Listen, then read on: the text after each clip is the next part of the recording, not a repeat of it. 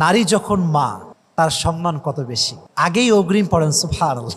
আয়াত হচ্ছে কোরআনে আল্লাহ তাআলা বলেছেন, ওয়া ক্বাদা রাব্বুকা আল্লা তা'বুদু ইল্লা ইয়্যাহু ওয়া বিল ওয়ালিদাইনি ইহসানা। You have to be good with your parents. আব্বা আম্মার সঙ্গে খারাপ ব্যবহার করা যাবে না, মায়ের সঙ্গে খারাপ আচরণ করা যাবে না।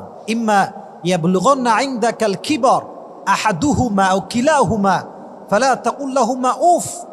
If on or both of them reach old age with you, do not say them annoyance word. যদি আব্বা কিংবা মা কেউ বৃদ্ধ হয়ে যায়, বাজে কথা বলা যাবে না। ফালা তাকুল লাহুমা উফ, বিরক্ত হয়ে উফ মা কত জ্বালাবার, এটা বলা যাবে না। ওয়ালা তানহারহুমা, do not repel them. ওয়া কুল লাহুমা কওলান কারীমা, speak to them golden words, noble words. আপনার ব্যবহারটা হবে সবচেয়ে মার্জিত ব্যবহার মায়ের সামনে। রাজি আছেন তো ইনশাআল্লাহ?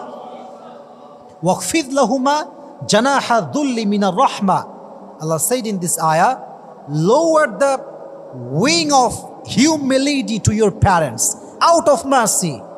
আপনি আপনার মায়ের সামনে, বাবার সামনে বিনয়ের ডানা বিছিয়ে দেন। আর যখন তারা মারা যায়, মা যখন মারা যাবে, কবরের সামনে দাঁড়িয়ে পড়বেন, সবাই পড়েন রব্বির হামহুমা, মন খুলে পড়েন রব্বির হামহুমা কামা রব্বায়ানি সগীরা।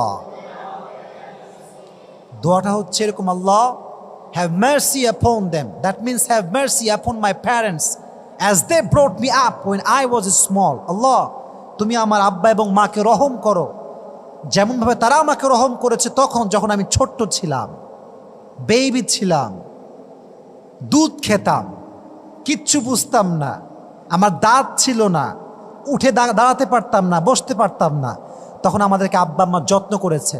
এই জন্য আব্বা আম্মার জন্য মন খুলে দোয়া করার দরকারটা যুবক ভাইয়েরা আছে না নাই? আল্লাহ আমাদের সবাইকে নারীদের যে অধিকার ইসলাম দিয়েছে প্রত্যেকটা অধিকারকে আদায় করার তৌফিক দান করুন। আমিন বললেন না কেন?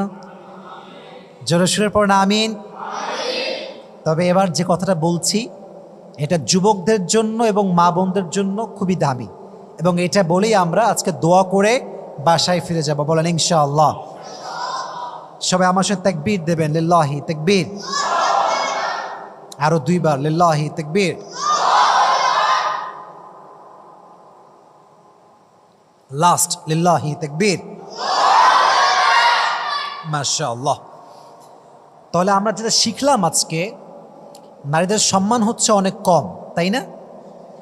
আমার চোখে চোখ রাখেন সবাই, নারীর সম্মান অনেক কম, তাই না? বেশি।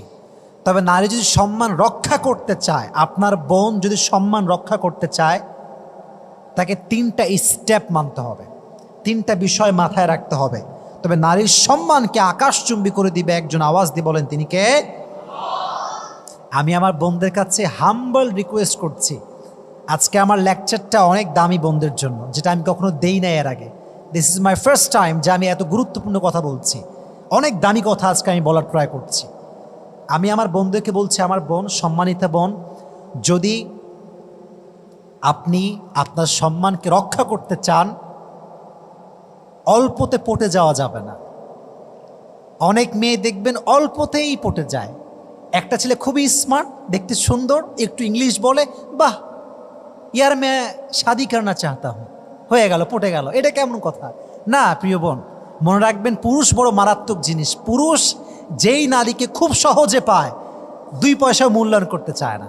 আর পৃথিবীর নিয়মটাই হচ্ছে এইটা, মানুষ যেটা যত সহজে পেয়ে যায়, মানুষ এটাকে তত বেশি সস্তা মনে করে। এই জন্য আমার বোনদেরকে আমি হাম্বল রিকোয়েস্ট করছি, সহজে পটে যাবেন না, স্ট্রং পার্সোনালিটি মেনটেন করবেন। যেই ছেলে আপনাকে প্রপোজ দিচ্ছেন, you have to justify him first whether he is perfect or not. Justify করবেন। খালি সুন্দর চেহারা, একটা R15 আছে আর একটা আইফোন আছে আর পড়ে গেলেন, তা হবে না। আর আমাদের বোনদেরকে এটা বোঝার তৌফিক দান করুন, সকলেই পড়েন আমিন। নারী এবং, এই তোমরা এদিকে তাকাও, এই যে কালো ছেলেরা এদিকে তাকাও, নারী এবং পুরুষের মাঝে বেসিক একটা পার্থক্য হচ্ছে এইটা, যে নারীরা না বলতে পারে, পুরুষরা না বলতে পারে না। আমি এক্সাম্পল দিচ্ছি বোঝাবার জন্য। মনে করেন রাস্তায় একটা মেয়ে হাঁটছে, আপনার পছন্দ হয়েছে বিয়ের জন্য, যে আপনি বিয়ে করবেন, আপনার উদ্দেশ্য খুবই ভালো, তো বলবেন কথাবার্তা মাশাআল্লাহ অনেক সুন্দর ব্যবহার আপনার। তো যখন বলবেন যে may I have your number please, নাম্বারটা পাওয়া যাবে, মেয়ে দেখবেন সরাসরি বলবেন না পাওয়া যাবে না, বাদ দেন, নাম্বার দেওয়া যাবে না। কিন্তু ছেলেরা এত বেশি ডেঞ্জারাস যে ছেলেদের ক্লাসে একটা মেয়ে ক্লাস করছে, যদি বলে ভাইয়া একটা কলম হবে, কলম, ওই স্বপ্ন দেখে যে এটাই মনে হয় আমার বউ হবে রে। এত ওভার থিঙ্কিং আমরা ছেলেরা করি। তো এটা হচ্ছে নারী এবং পুরুষের মাঝে একটা পার্থক্য, যে নারীরা না বলতে পারে, পুরুষরা না বলতে পারে না। এর জন্য মেয়েদেরকে বলছি, বোনেরা, স্ট্রং পার্সোনালিটি মেনটেন করতে চান, সহজে পটে যাওয়া যাবে না। আল্লাহ বোনদেরকে বোঝার তৌফিক দান করুক, পড়না আমিন।